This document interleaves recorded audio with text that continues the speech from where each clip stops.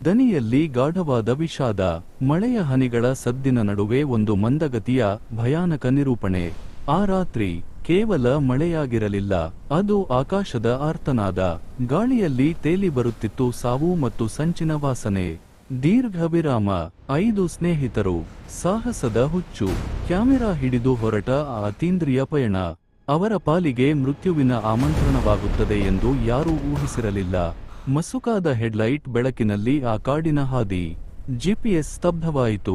ಅದು ಕೇವಲ ತಾಂತ್ರಿಕ ದೋಷವಾಗಿರಲಿಲ್ಲ, ಆ ಜಾಗ ಅವರನ್ನು ಹೊರಗಿನ ಜಗತ್ತಿನಿಂದ ಕತ್ತರಿಸುತ್ತಿತ್ತು. ಕ್ಷಣ ಮಾತ್ರದಲ್ಲಿ ಕಾರಿನ ಮುಂದೆ ಹಾದುಹೋದ ಆ ನೆರಳು. ಮೆಲ್ಲಗೆ ಪಿಸುಗುಟ್ಟುತ್ತಾ ನೆರಳು. ಆ ಭೀಭತ್ಸ ಕಟ್ಟಡದ ಒಳಗೆ. ಮನೆಯ ಬಾಗಿಲು ಕೀಚನ್ನುತ್ತಾ ತೆರೆದಾಗ ಅದು ಸ್ವಾಗತಿಸಿರಲಿಲ್ಲ, ನುಂಗಲು ಕಾಯುತ್ತಿತ್ತು.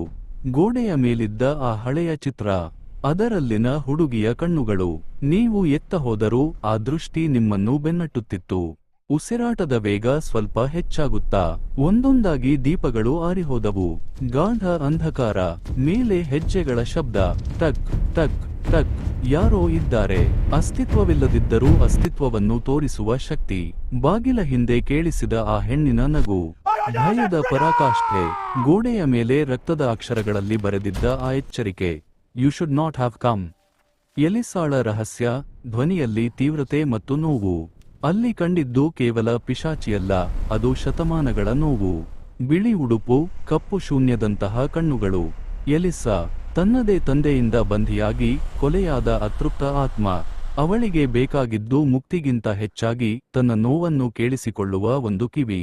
ಅರ್ಜುನ್ ಅವಳ ನೋವನ್ನು ಅರ್ಥಮಾಡಿಕೊಂಡಾಗ ಆ ಮನೆ ಶಾಂತವಾಯಿತು. ಬೆಳಕು ಮೂಡಿತು. ಬಾಗಿಲು ತೆರೆದುಕೊಂಡಿತು. ಅವರು ಬದುಕುಳಿದೆವು ಎಂದು ಸಂಭ್ರಮಿಸಿದರು. ಧ್ವನಿ ಹಠಾತ್ತಾಗಿ ಗಂಭೀರವಾಗುತ್ತದೆ. ಆದರೆ ಭಯ ಅಷ್ಟು ಸುಲಭವಾಗಿ ಬಿಡುವುದಿಲ್ಲ. ಅಂತಿಮ ದೃಶ್ಯ. ಮನೆಗೆ ಬಂದ ಮೇಲೆ ಅರ್ಜುನ್ ಕ್ಯಾಮೆರಾ ದಾಖಲೆಗಳನ್ನು ನೋಡಿದ. 5 ಜನರಿದ್ದ ಗುಂಪಿನಲ್ಲಿ 6ನೇ ನೆರಳು ಸ್ಪಷ್ಟವಾಗಿ ಕಾಣಿಸುತ್ತಿತ್ತು.